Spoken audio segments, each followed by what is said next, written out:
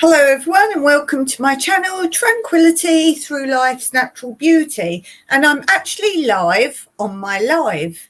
You might think, Dawn, that's a really strange thing to say. Of course you're live on your live. But no, I have just been through a terrible experience. I feel completely duped. And I'll just briefly say I've got brain damage, and part of that is having dementia. So imagine that.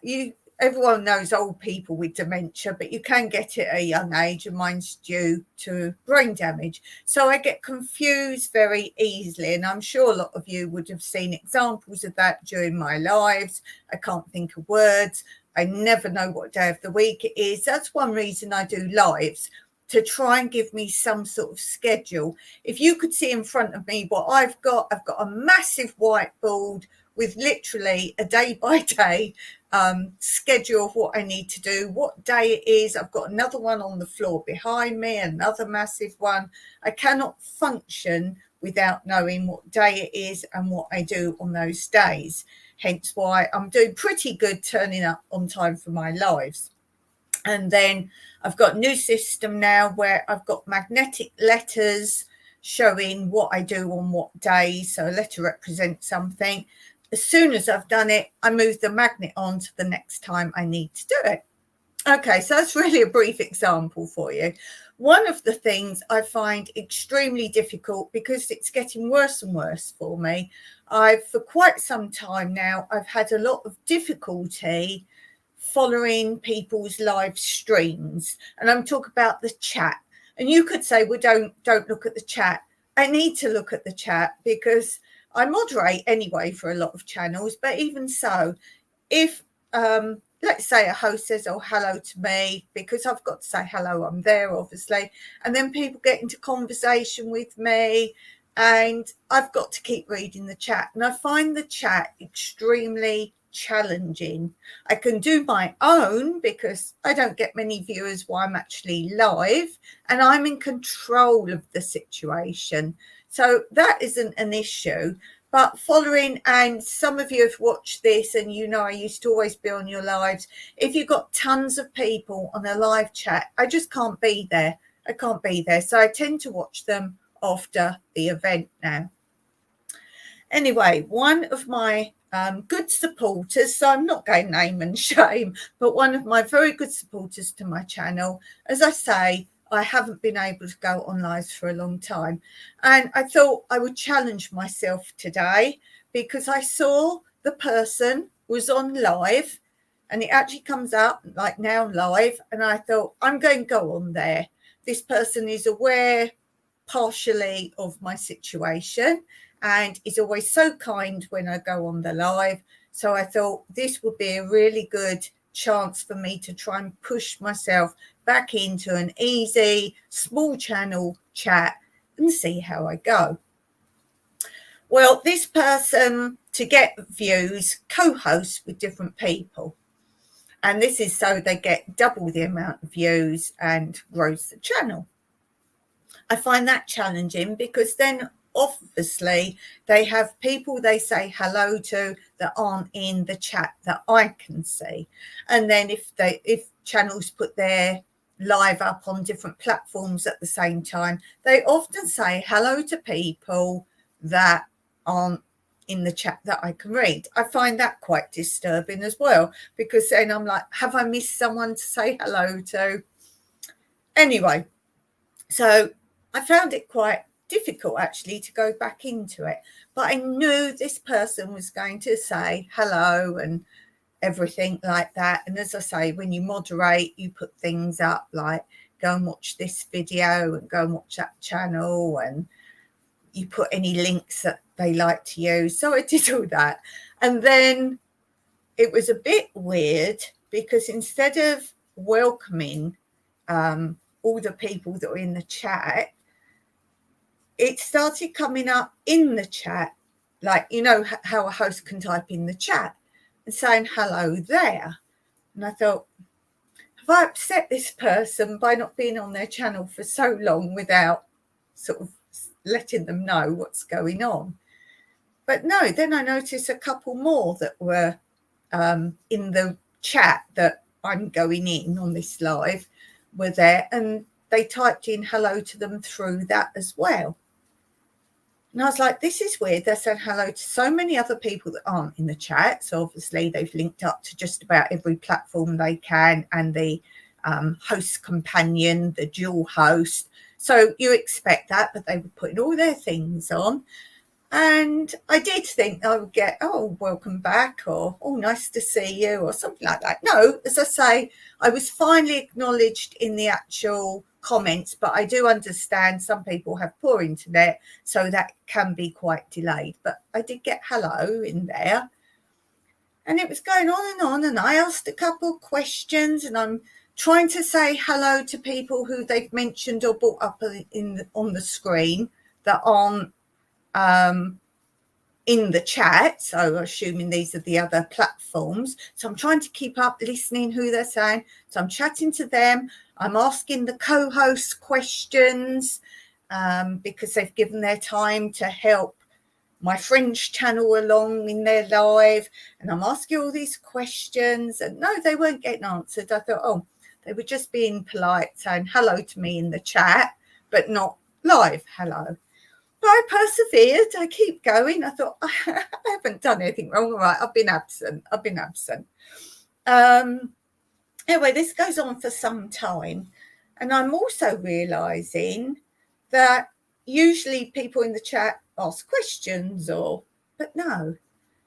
And then I suddenly thought, hold on, when I don't like to watch premieres, as I say, I like to be in the moment of a real video, and I find that very difficult to watch something being shown on the screen but keep up with the chat in the conversation. So I just don't watch premieres now, very rarely. Again, a couple of my really strong supporters are there for me. If their times work with my times and I'm on, I will go on those, but I try to avoid those mostly now. They're just too taxing. A lot of my problem is where I was looking from the sort of back and forwards all the time. That is quite daunting for me. Anyway, so I suddenly had this thought. When I used to watch premieres, you watch someone's video playing, and then the host or the channel's owner can type along in the chat. And I suddenly thought, it says it's live. There was nothing in the title to say it's a replay or anything like that. But why would you replay a live? Seems a bit bizarre as far as I'm concerned. And I suddenly thought, this is just like a premiere. The host is occasionally saying hello to people in the chat. I was like, this is bizarre, because he doesn't need a co-host, so he could have done a live on his own. So I'm thinking, this is bizarre. So I just typed in the comment, is this a premiere? I'm very confused. And luckily, one of the lovely people in the chat, and I'm going to give the chat, going to say here the channel, which is Bone Tired Traveller, and she does actually have a live on, I believe, tomorrow at 10 EST, 10 a.m. EST. So do go over there and say hello to Denise. So that's Bone Tired Travellers. So go on there tomorrow at EST 10, I'm assuming it's AM, 10 a.m., which for me works out at 5 p.m. Now, I never go on computer on the weekend, but I have made a note of it to try and be there. She actually commented back, yes, it is a premiere. The person is showing an old repeat, I don't know how old, a repeat of a previous live, because they don't want to do a live today. Well, they were obviously around because they were clicking in comments.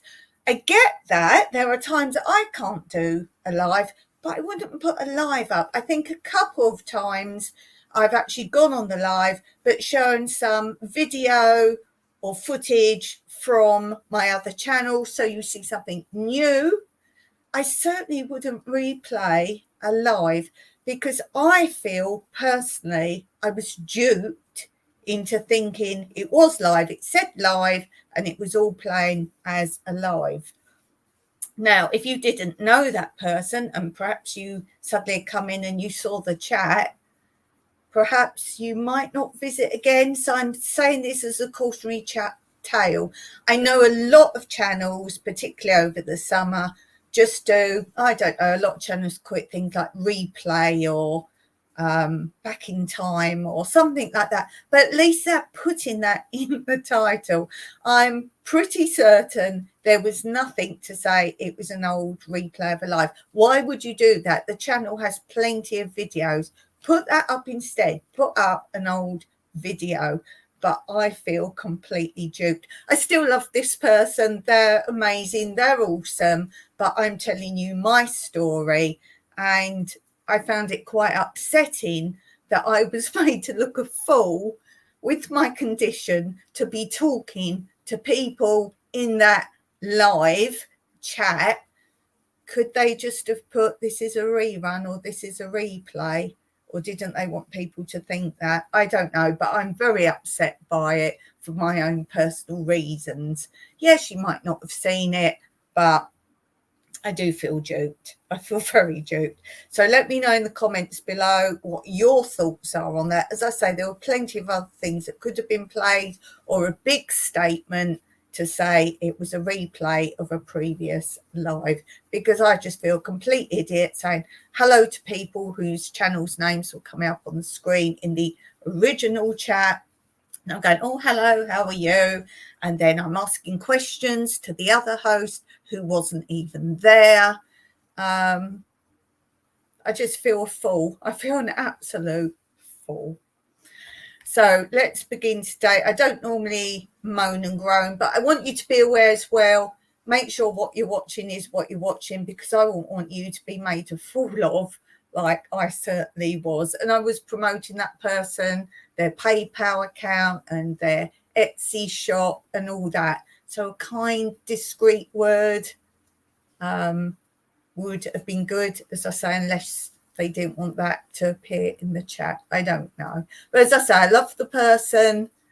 I just don't like being made a fool of without letting me know, when you could clearly see the way I was saying hello to people that weren't there and asking questions to the co-host that wasn't there. You could see I thought it was live.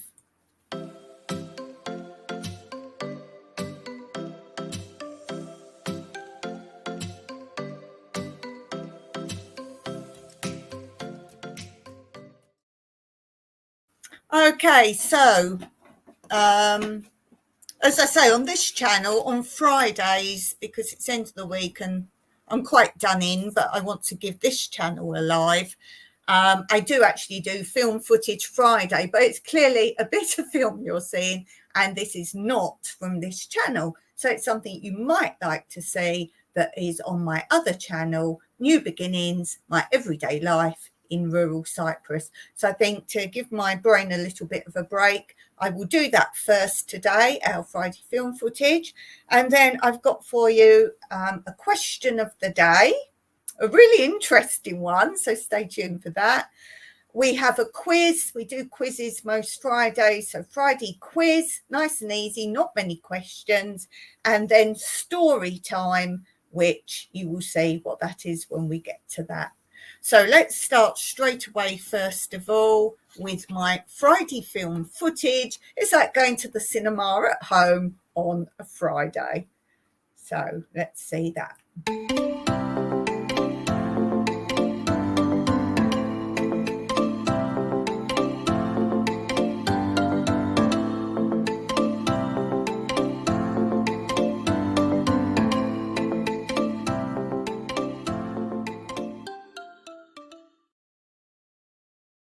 So Friday film footage today is the title of my live, and you might sometimes see a title of my live or not much of a title. That's because as soon as I finish live, I schedule the time of next week. So of course I don't always know exactly what I'm going to do.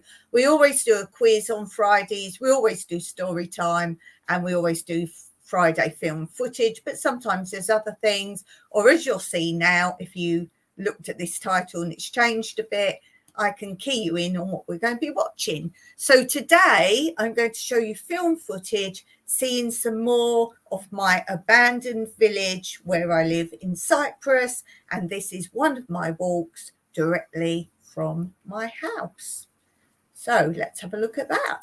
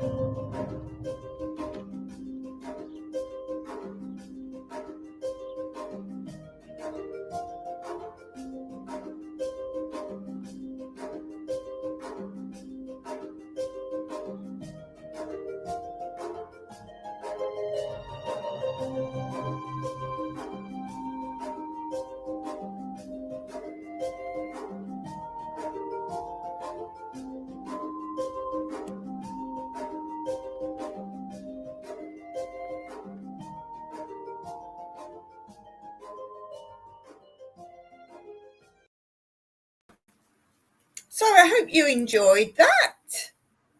I have many more walks, so you can have a look at those on my other channel, Tranquility Through Life. Oh, Tranquility Through Life's Natural Beauty. That's this one. Wait, let me pop a banner up. Hold on. Let's find it here. My other channel with all my walks on is New Beginnings, My Everyday Life in Rural Cyprus. And there is a whole playlist. I think it's called something about rural mountainside walks in Cyprus. And yes, I live on the edge of a mountain, and every video of my walks is done from my house. There's no driving around to anywhere. What you saw there, that is all surrounding where I live. There are not many people or houses in this area. It's an abandoned village. So if you want to know more about that, then check out my other channel. Okay, let's continue. And let's do this.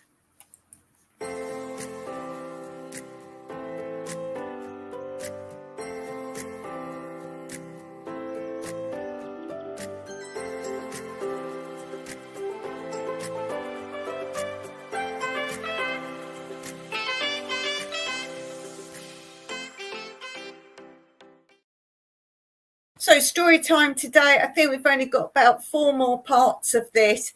This is a book that I got when I lived in Wallington, Surrey, which is South London. And this is a book by the author of her life growing up in the past in Wallington. So I've been sharing this with you and the pictures. So go back to previous lives if you want to hear more. And this chapter, they're really short, this chapter is Pastimes and Pleasures. And it says, memories of holidays lead naturally onto the recollections of how we spent our evenings and weekends. And of course, this really was the period of anyone for tennis. Now, I wondered where that came into it. It's not too far from Wimbledon, which is where most of you will know the main tennis comes from. So there. So yes, anyone for tennis, since everyone belonged to some kind of tennis or cricket club and played badminton indoors in the winter months. It was unthinkable not to wear all white clothes on those occasions, dresses for girls and long flannels for men. And most clubs possessed a small pavilion where dances were held on Saturday nights to the music of a local amateur band. This was a happy meeting ground for girls and boys to be properly introduced to each other, and many an engagement and marriage followed in the natural course of things. It was quite usual for residents with large gardens to have private tennis courts marked out on a side lawn, and I often went up to play at a house of a friend at Sunnybank in Woodcote Road, later to become the site of a new town hall. I dare say many of us did not ever play tennis really well, but we certainly enjoyed ourselves, and doubtless the exercise in the fresh air was good for us anyway. There was usually a branch of the Conservative Association or a junior municipal league, which held regular meetings with debates and lectures. Dramatic and operatic societies abounded for these, with acting or music talents, and all these groups held regular dances at the local halls with admission by ticket only, and full evening dress required from both sexes. When I see the modern teenagers drifting off to their local disco or youth club in their patched, raggy and dirty jeans and T-shirts and plimsolls, I feel really quite sorry for them that they have never known the joys of saving up for and choosing really pretty evening dresses in lace or net with silver slippers and fresh flowers for a corsage. In fact, choosing new dresses for the summer and coats and hats for winter took up quite a lot of our spare time and gave immense pleasure, since the materials were very colourful and varied. And if one had to visit the dressmaker to have such things personally made, this took up several hours and involved patient standing during the various fitting sessions. Satin or lace or chintz trimmed underclothes were also much admired and saved up for, especially the quite expensive trousseau, which it was usual for brides to acquire. During my school days, in common with many children, I attended dance classes privately twice a week at the establishment run at Mrs. Gardner in Springfield Road, where it adjoins Manor Road, and also a gymnasium class on Saturday mornings. Periodically, there would be a display which involved Mother in the making of special costumes for the Scottish sword dance or Irish jig, the rose dance, or the sailor hornpipe, or Welsh reel. Also, the purchase of my much-loved bronze slippers, as compared with the plain black we wore for weekly practice sessions. The rose dance was my favourite, as I wore a very dainty dress with white flounced net, sprinkled with tiny rosebuds and forget-me-nots, and carried a little basket full of those flowers, with also a wreath on my hair. Artificial flowers in those days were quite expensive pieces of work, being silk or velvet, and I think largely made by hand for the trimming of hats, as compared with the stiff mass-produced plastic blooms of today. As I grew older, these lessons were replaced by evening music lessons given by Miss Rimington of Ross Road. That was my first property I bought, was Ross Road, in Ross Road. I'd love to know what number that was. Oh, that would be cool. I cannot help recalling how happy and fearlessly I would trot off after tea, complete with music case, and return in the dusk with never the thought of it or experience of vandalism or assault to mar my innocent excursions. How sadly different is the scene today, when it is hardly possible for a child to walk or cycle alone in town or country in complete safety from attacks, to say nothing of the enormous traffic hazards. Cycling was, in fact, another of our most popular pastimes, and in the holidays several friends would go off to the nearby downs at Chipstead and pick primroses, wild daffodils, or bluebells and cowslips in the wood. We would hardly meet anyone else, so there was no question of leaving the land bare of plants.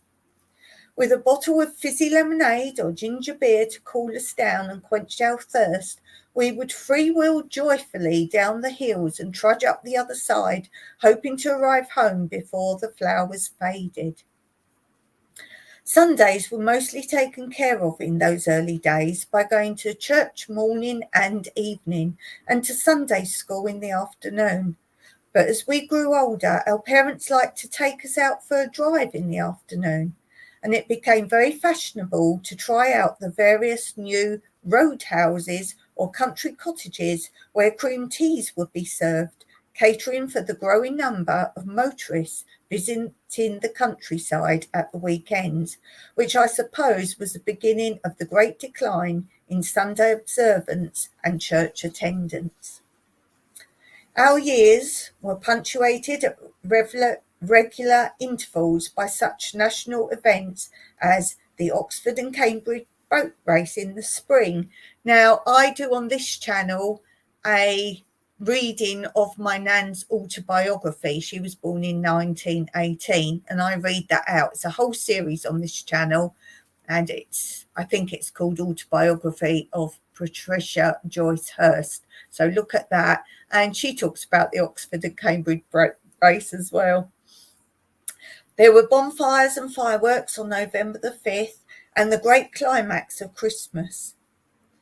On boat race day, everyone, and I mean everyone, wore a favour of dark or light blue, and it was a point of honour never to change sides in one's support of either crew.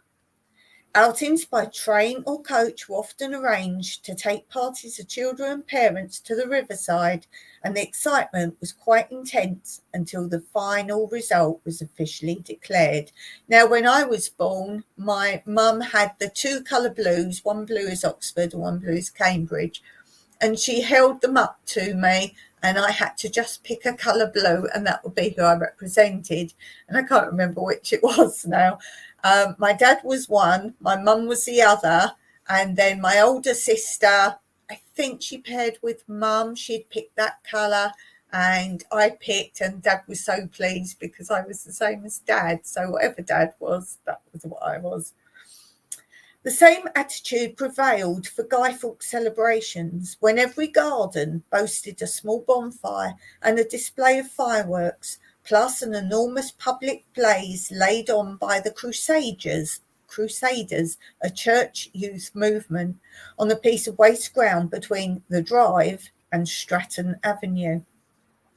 But I think I can truthfully say that I cannot remember a single occasion when anyone was ever hurt or frightened on those nights, because we mostly left it to adults to purchase and light the fireworks and tend the bonfires, and pay attention to the instructions and warnings of those who were in charge. Christmas was largely the same family occasion as at present, but the shops were never full of decorations and presents for so many weeks beforehand as in modern years. In our case, we all went round to Normanhurst for Christmas Day and met up with various aunts, uncles and cousins, all sitting down at a huge table with its leaves pulled out for the main event of the day, the turkey and the Christmas pudding. In the afternoon, we expected to play quietly with our presents while the grown-ups dozed. Then afternoon tea would appear with the traditional large iced cake and other goodies, after which we would all gather in the drawing room for a musical evening with songs at the piano, and everyone expected to do a turn, especially the children, who were coaxed into brief dances or recitals. As I grew older, I was allowed to stay up later and join in the games of cards, which ended when the elaborate cold supper would appear around 9 or 10 o'clock. Cold turkey with York ham and salad would be followed by trifles, jellies, hot mince pies, all with lashings of whipped cream, followed in turn by fresh tangerines, grapes and crystallized fruits, and finally glasses of port sweet wine to sip with walnuts and Brazil nuts.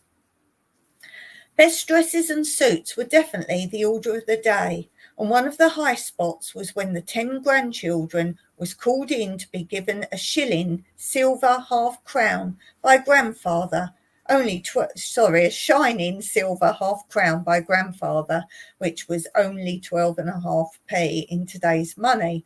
But it seemed like a fortune to a child of the 20s, and it was much appreciated. How grown up I felt in my red velvet dress and gold locket, returning home at midnight, tired out with all the eating and excitement. In contrast, the next day was Boxing Day, which usually somewhat of a disaster, as it was Mother's birthday, and she nearly always seemed to wake up in a bad temper with the feeling of being done out of a normal birthday celebration because of its coinciding with Christmas festivities. Now, my question of the day involves this, so we'll get to that in a minute. 9 times out of 10, she would find fault with whatever present Father had bought her, and there would be quarrels and tears. But I would try to keep out of the way and enjoy playing with my presents and eating the silver tangerine and tiny pink and white sugar mice that had been found in my Christmas stocking. Best of all, I could begin to read one of my books that had been given to me, often by grandmother, and lose myself in another world. Little Women and What Katie Did were read time and time again over the years until I knew them by heart. Likewise, the very sad and horrific tales told by Hans Andersen or the Brothers Grimm. Cranford and Daddy Longlegs were two other special favourites. I don't know those. And I worked my way steadily through the Scarlet Pimpernel series, probably laying the foundations unconscientiously for my long life love of the printed word. I must not conclude this chapter on pleasures and pastimes without mentioning the fact that as time went by, visits to the theatre and cinema were regular events, especially with a new boyfriend, and every town boasted at least one cinema where we were transported into an enchanted world of romance and adventure as portrayed by the great film stars of the 30s. Organ-playing interludes were a great feature of the larger cinemas in Croydon and Sutton, and long queues of people would form outside, especially on a Saturday evening, waiting for tickets to enter the warm darkness of escapism. So I hope you enjoy that. As I say, we've only got a few more to go. But I did mention question of the day, so let's go to that.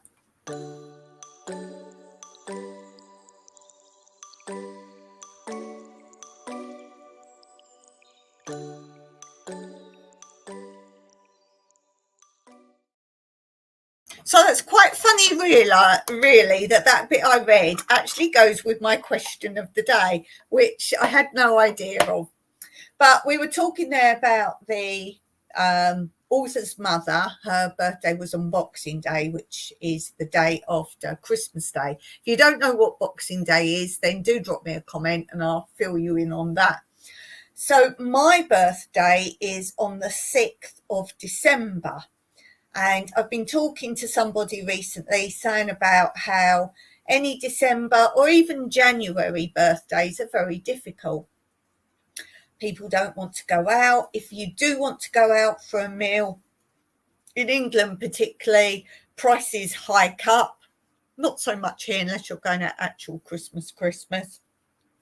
But prices go up and it's all busy everywhere. And no one wants to buy you any presents for birthday because they're saving up for Christmas. And as I say, whether you're a child or an adult, there's other events going on leading up to Christmas. So a birthday is very difficult. When I was at school, friends would often give me a present and they'd say, that's your birthday Christmas present. But come their birthday, they expected a separate present. But I just got one. It wasn't like a big present. It was just one thing. And at times, my birthday presents, even my mother did it one year quite disgustingly, was wrapped up in Christmas paper. And when I said, not to do that, I was older. And she said, oh, well, she said, yeah, I didn't think it mattered as you were older. Well, of course, your birthday is still your birthday. Anyhow, my question of the day is, my birthday, as I say, is December the 6th. Now, it's a big birthday. It's a big round number. If you want to put in the comments, how would you think I am? Look at this face. If you want to guess, it's a round number. So it can only be 10, 20, 30, 40, and so on. Don't be rude. Put what you think I am. If you're a viewer of my channel and know me well, you probably do know, because I do often say what year I was born as well. But tell me. So it's a like, for me, I think a special birthday. It depends what country you're from as to what a special age is. But for me, it's a big number. So what can I do to mark my birthday? We don't have money. Now, Mike said, well, we could go out for a meal, but we do that quite regularly. So, yes, we'll probably do that as well. But I want to do something to say on my whatever number. I nearly said it then. On my something birthday, I did. What can I do? As I say, I haven't got money. We can't go away anywhere. So nothing like that. But just something. I'm not going to get a tattoo. Excuse me. But something. Any of you got brilliant ideas, even if it's going somewhere different? As I say, not going away on holiday or anything like that. I've done that one year for my birthday. It was funny enough when I first knew Mike, and I said to him, I'm going on holiday for my birthday and I'm thinking about who to take with me. Are you interested in coming? And he said, oh, I don't know. And I was like, oh, he doesn't want to come. But it turns out he wasn't sure. He was only allowed a very short time off for holidays every year. He wasn't sure if he could get that time. But yeah, he did come with me.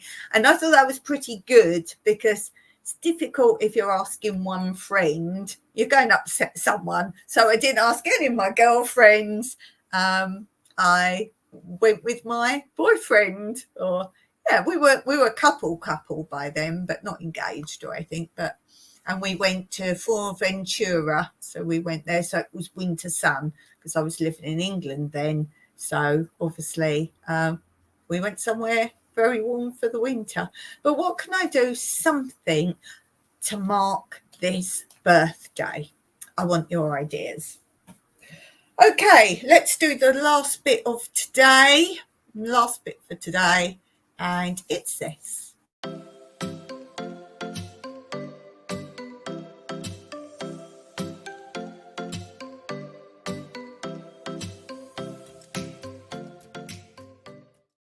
So obviously, if you're not into quizzes and you're not interested, then thank you for coming. I appreciate it very much.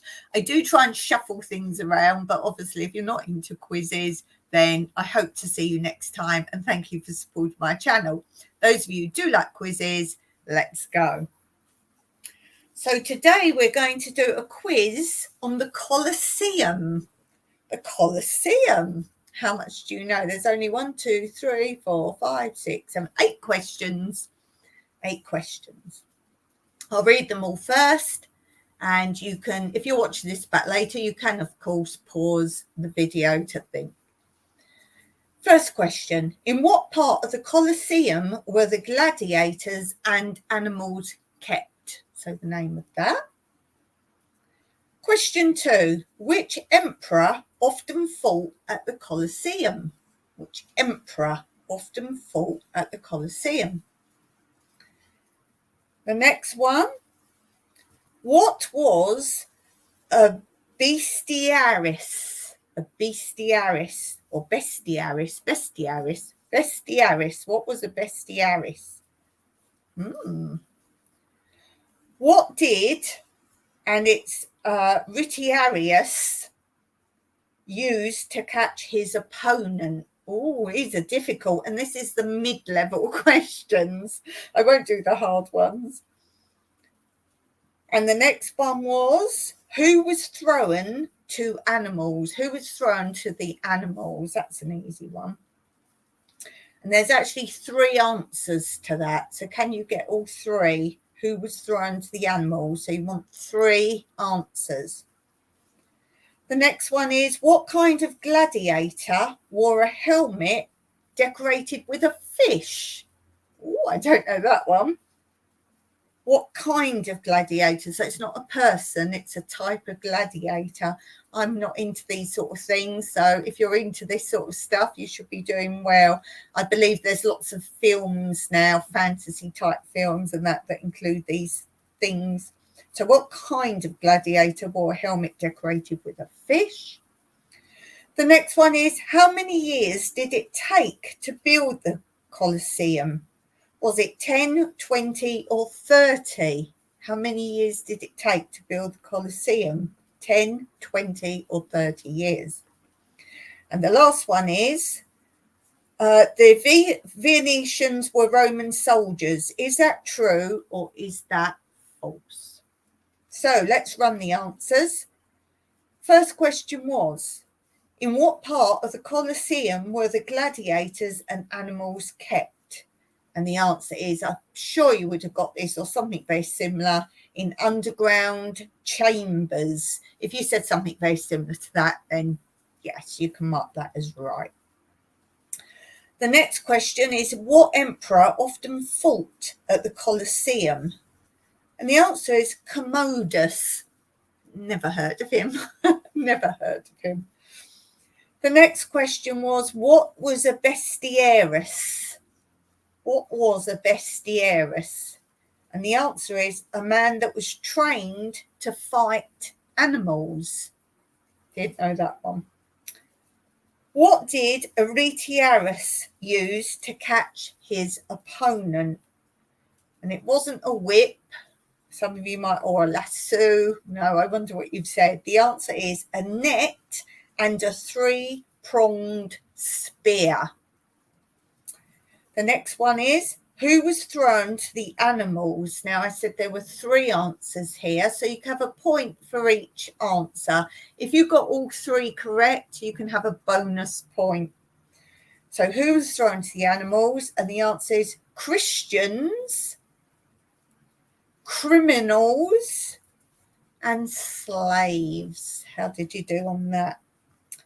The next question was, what kind of gladiator wore a helmet decorated with a fish? No idea from here. And it was a murmillo. Still no idea. Not heard of that. A murmillo. The next question is, how many years did it take to build the Colosseum? 10, 20 or 30? Well, it was actually 10 years. But of course, those days they probably had hundreds of people working on it. And the last question is, the Venetians were Roman soldiers, true or false?